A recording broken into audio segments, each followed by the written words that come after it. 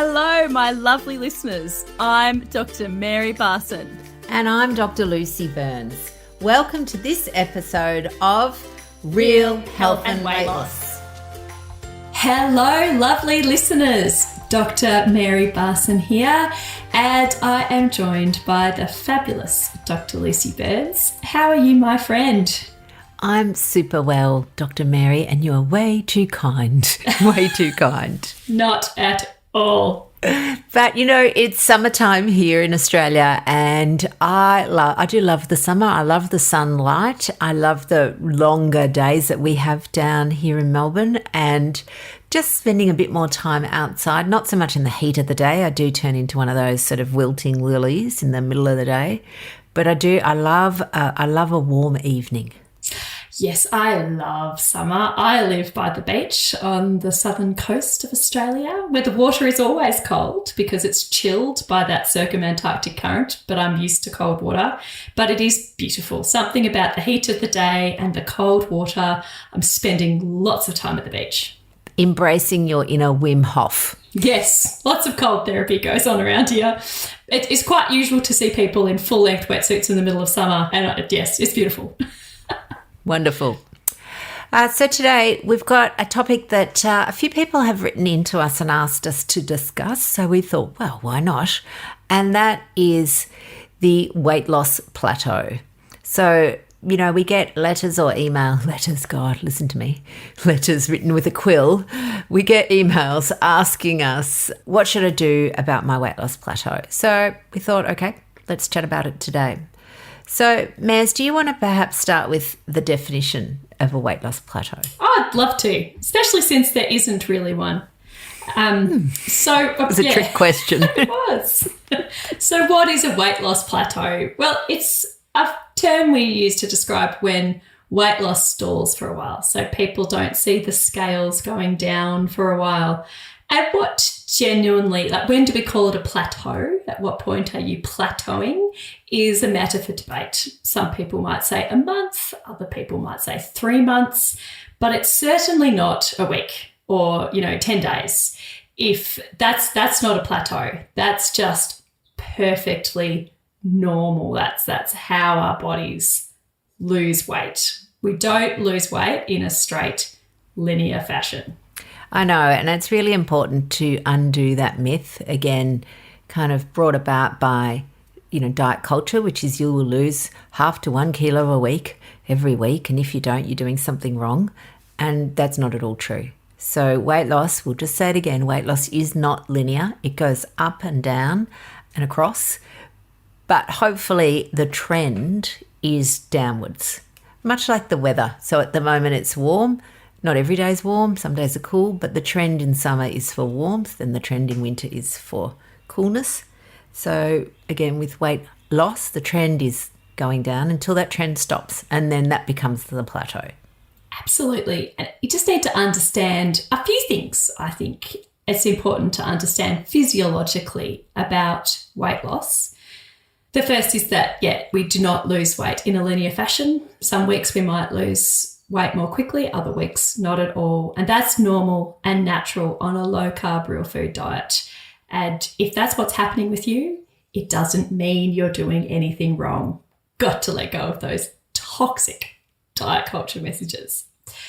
The other important thing to recognise is that weight, like the weight, how much gravity is pulling you down to the centre of the earth, the little measure that you get on the scale, is rough. It's a very rough estimate of what is going on in your body, because what we really want is fat loss. We want to reduce our fat stores. When people say they want weight loss, that's what they really want. But the weight measures everything, every part of mass that is in and around our body at that time. And it can fluctuate a lot day to day. The contents of your bladder, the contents of your stomach, the contents of your intestines, all of these will make you weigh more or less on any given day. How hydrated you are will make you weigh more or less on any given day. So weight is rough. It is. And particularly women who, perhaps have menstrual cycles, that plays enormous, you have enormous changes, several kilos for some women before they have their period. But also just inflammation. If you've got inflammation going on, that holds water. There is water with an inflammatory process. So that can be anything from having a cold or, having gastro, you may have some inflammation. Now, admittedly, with gastro, you may also be dehydrated. But this idea that the scales purely measure the amount of fat on your body is rubbish. Absolute rubbish. If you're increasing your muscle mass and your bone mass, which is actually quite common on a low-carb, real food diet, you're going to be increasing your weight, which is totally independent of what is happening with your fat stores. Yep. And I think even some people will go, do your measurements. But even measurements, your waist circumference, which is one of the measurements that is often touted as being, indicative of good health, that'll change depending on how much gas you have in your bowel. And we all know what it's like to feel bloated. And you suddenly think, oh my God, I've just look like I'm 9 months pregnant. But in fact, it's just gas in the bowel. And when that gas moves on, your waist shrinks. It does. So you've got to take a step back and look more broadly at your health, more broadly at your weight loss over time, and really also make sure that you are focusing in on those non-scale victories, which we have certainly discussed before on this podcast. What kind of non-scale victories are we talking about, Dr. Lucy? Look, if you're working with a medical doctor, you may have some blood tests that will improve, particularly, as you know, we're always talking about how your fatty liver will resolve very quickly. The liver, such a wonderful organ. If you have type 2 diabetes or pre-diabetes, you may have improvement in your what's called the hemoglobin A1C, or your measure of glucose control over the preceding 3 months. But then there's all these other sort of more subtle but improving your actual quality of life. So people often talk about brain fog lifting, muscle aches reducing, increased energy, and just subjective feelings of well-being. Yes, and less irritable bowel syndromes, reduced hunger, reduced cravings, these things that really improve the quality of your life with low-carb real food. Absolutely. So let's say we have actually got a stall. So there might be somebody who, maybe they've lost 10 kilos or whatever, an amount of weight, and they've been the same now for, let's say, 8 weeks. We'd perhaps call that a stall, a plateau.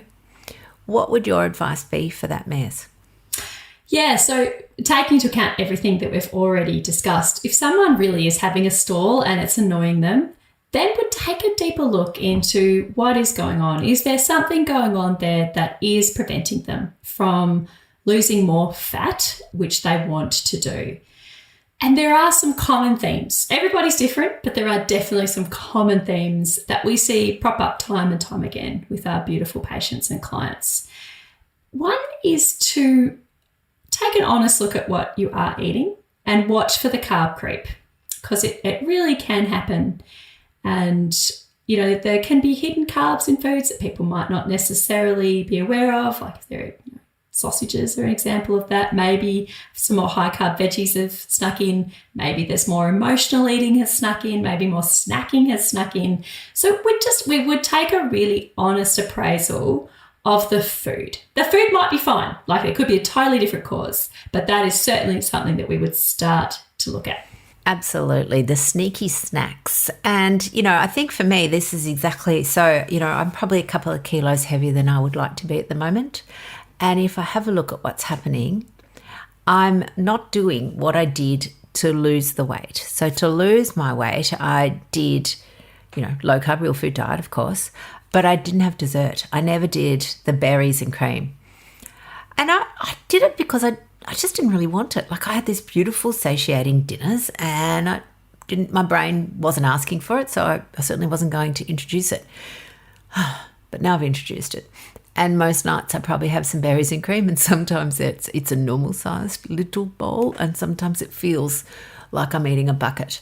So for me, what I know I will do at some stage when I'm ready, again, there's no rush. When I'm ready, I will just let those berries go for a while. and let nuts in another thing for me that just sneak in. So letting go of the berries and the nuts and doing what I did to lose the weight in the first place.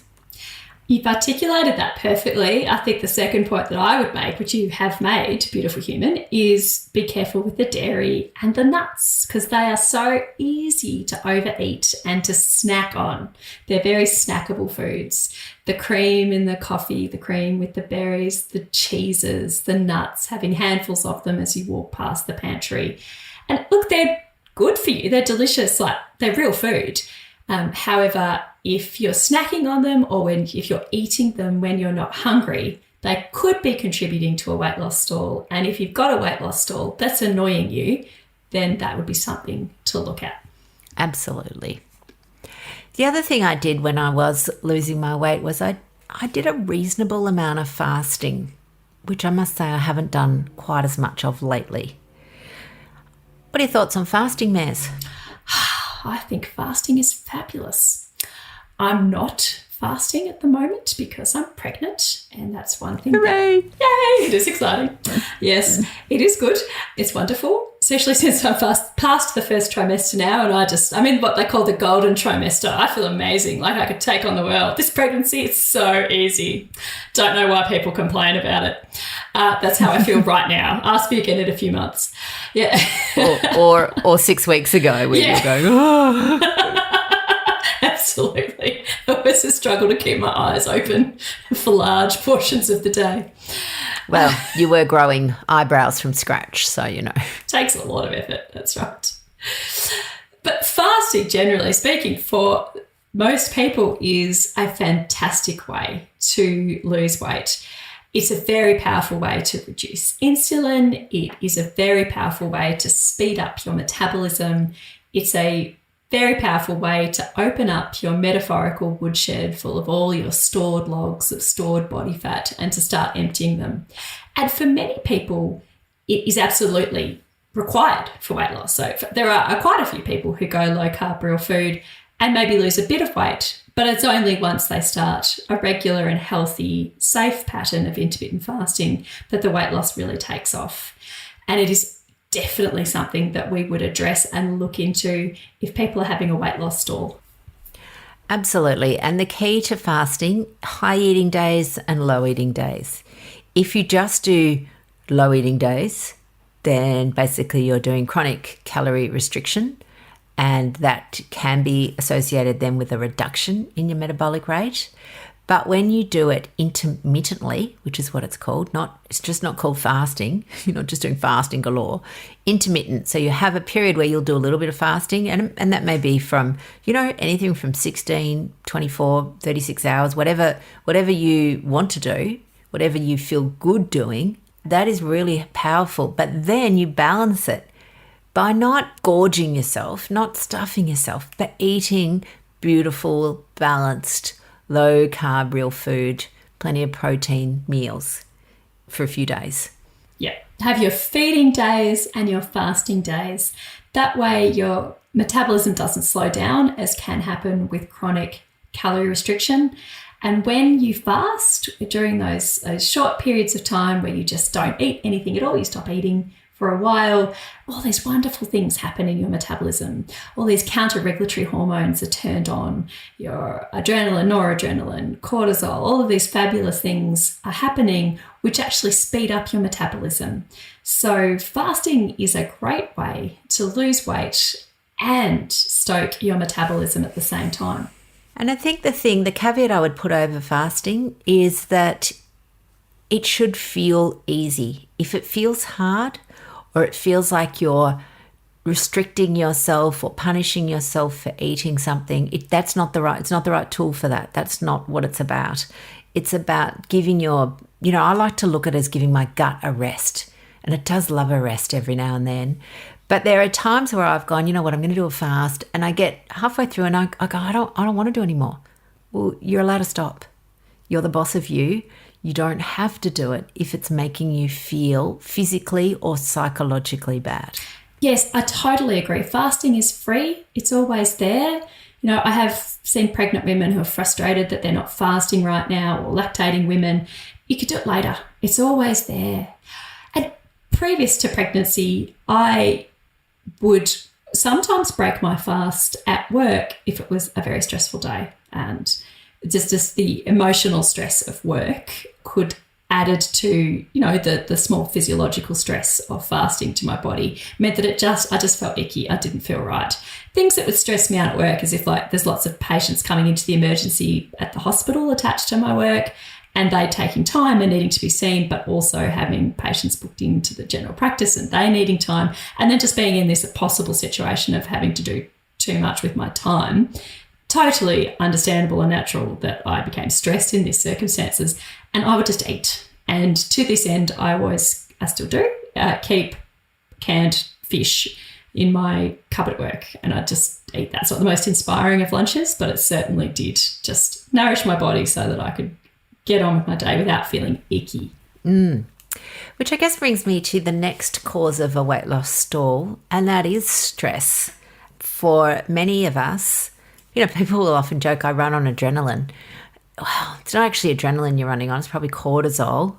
And cortisol is one of our significant hormones that is designed, and I know we've talked a lot about this on the podcast, so please feel free to go back and have a listen to some of the others. But cortisol is supposed to be, like everything, you have high patches and low patches. You're not supposed to have just chronically elevated cortisol. And when we do, it changes the way our metabolic hormones work. Would you like to explain, Mez? Yes. So chronic stress can elevate cortisol, which can do lots of devastating things to our metabolism. This is chronic stress. It's not good for us. It can increase carb cravings. It can increase our hunger hormone. It can decrease our satiety or feeling full hormones. It can elevate our blood sugar, which can elevate insulin, which is our fat-storing hormone. So you take it all together, chronic stress isn't good, and it is a real contributor to weight loss stalls and indeed weight gain for some people.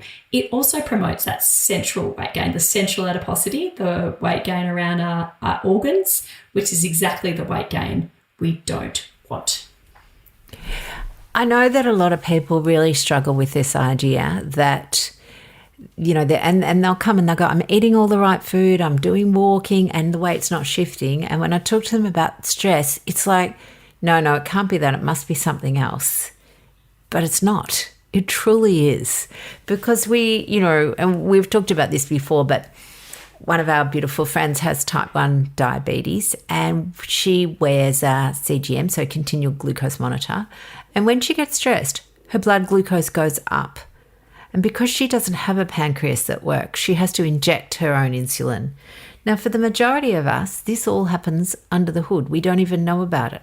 So your blood glucose comes up, insulin comes out, and goes, oh, God, all right, and it sorts it all out for us, which is really kind, but certainly makes weight loss trickier. Yes. And tied in with this whole elevated cortisol thing would be sleep.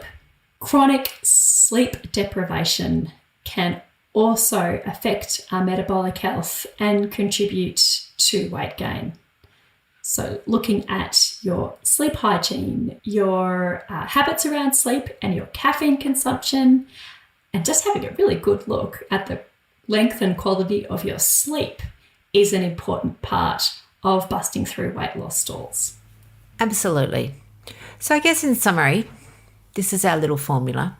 If you feel like you've been having a stall, remember a stall is a significant amount of time. It's not just, 1 or even 2 weeks. It's usually, I'd say, probably a month, and then think about it. Have a look at your food, okay, as the first thing. Beware the carb creep, and notice also that dairy, and in fact, not just dairy, probably fats in general, that they can sneak in. Remembering that once your woodshed's open, you don't need to add as much fat to your plate. So making sure that you're just looking how much fat are you actually having. Second thing would be to have a look at your fasting. Are you doing any? If not, you can add that in, but it needs to feel beautiful, not punishment, not hard, and not make you feel psychologically unwell. Third thing would be to make sure that your stress, look at your life. Look at your life. Of course. But have a think about, are there aspects in your life that are causing you stress? And the answer is probably yes. And then what are you going to do about them? Because you can change how you manage your stress, but you'll often need somebody to help you focus that by either changing your thoughts about the situation and coming up with various tools, meditation, mindfulness, yoga, exercise to help you with your stress. And then finally, making sure you go to bed. So simple. So simple. Go to bed and get good sleep.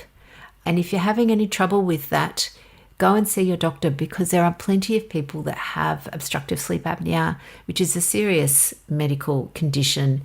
And often treating the sleep apnea, it's chicken and egg. You treat the sleep apnea, the patient loses weight, and then they no longer need their sleep apnea treatment. So sometimes just getting in and getting that sorted can really be helpful as well.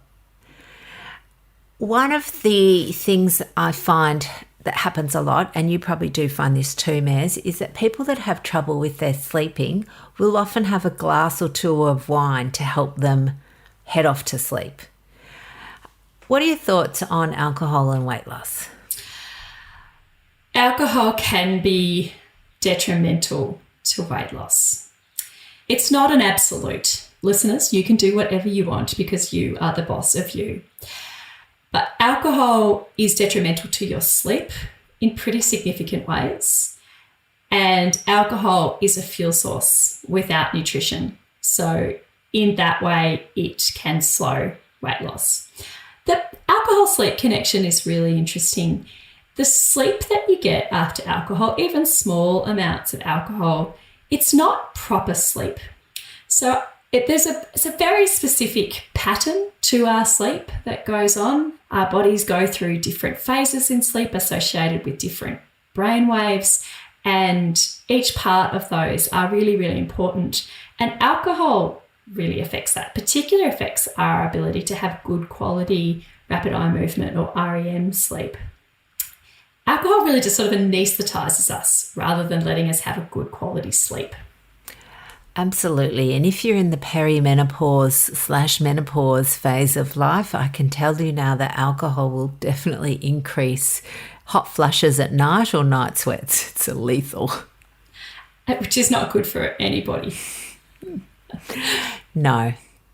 So in summary, if you've got a plateau, and as we mentioned, the plateau is a significant amount of time, the things that you can do to have a look are look at your food honestly. Make sure that you don't have sneaky snacks, particularly nuts, dairy, cream, and that your fats, again, aren't super high, because remember, once you've been doing low carb for a while, your woodshed's open. So you want to be burning the fat off your body, not off your plate. So that means that you'll need to have plenty of protein, moderate fat, and low carb. That's our little formula. We then look at fasting. If you haven't done any fasting, it's a wonderful tool, but only if it makes you feel good. Okay, so feel good physically and psychologically. Third thing is to look at stress. Okay, and again, most of us do have stress in our lives, and it does impact our metabolic health significantly. Fourth is to look at sleep, and interestingly, which I don't think I mentioned, obstructive sleep apnea, or just sleep apnea as people call it, is a significant impediment to weight loss. So weirdly, you treat the sleep apnea, the patient will lose weight, then they no longer need their sleep apnea treated because it gets better. So it really is a wonderful way to break that cycle if that's a problem. And then the last thing is looking at alcohol. And as we talked about, you can certainly still have alcohol on a low carb lifestyle, but it does come down to the quantities and the frequency. And the way that it fits into the woodshed analogy is that drinking alcohol really is like dumping a big load of logs in front of your shed. Your body needs to burn those first before it can burn the ones inside the shed. So again, it's not, you're the boss of you. It's not a no-no. It's not naughty. It's just something that may not be helpful for your long-term goals. And as ever, beautiful listeners, it is so important to focus on all aspects of your health and healing, and not just that little number on the scale. That little number on the scale should not be powerful enough to dictate your sense of self-worth. Absolutely. Oh God, Mez, I love that. I just got a few little goosebumps. People, you are not defined by the number on the scales. They're just rubbish. And, as you know, we often encourage our people to chuck the scales out. They don't help us. But, there are some people that do have an okay relationship. They just get on. It's like another data point. It's like having your blood pressure checked. Most people who have their blood pressure checked then don't feel terrible about themselves if their number is a bit higher than normal. So if you can put it into that category where it's just merely another data point, then that's wonderful. But if it does dictate how your day goes, how you feel about yourself, chuck them in the bin. Chuck them in the bin. The scales aren't that important. Wonderful, wonderful listeners. Have a beautiful rest of your day, and we will see you. No, we won't see you. You will hear us. Yes. Next week. Bye for now. Bye, everybody. Lovely listeners. As you know, we run the 12-week mind-body rebalance 3 times a year. The next one starts in February.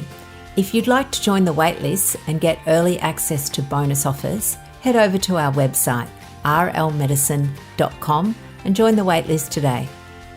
So, my lovely listeners, that ends this episode of Real Health and Weight Loss. I'm Dr. Lucy Burns. And I'm Dr. Mary Barson. We're from Real Life Medicine. To contact us, please visit rlmedicine.com. And until next time, thanks for listening.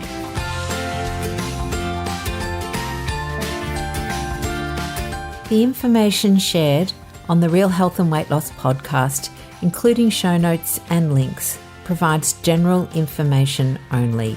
It is not a substitute, nor is it intended to provide individualised medical advice, diagnosis, or treatment, nor can it be construed as such. Please consult your doctor for any medical concerns.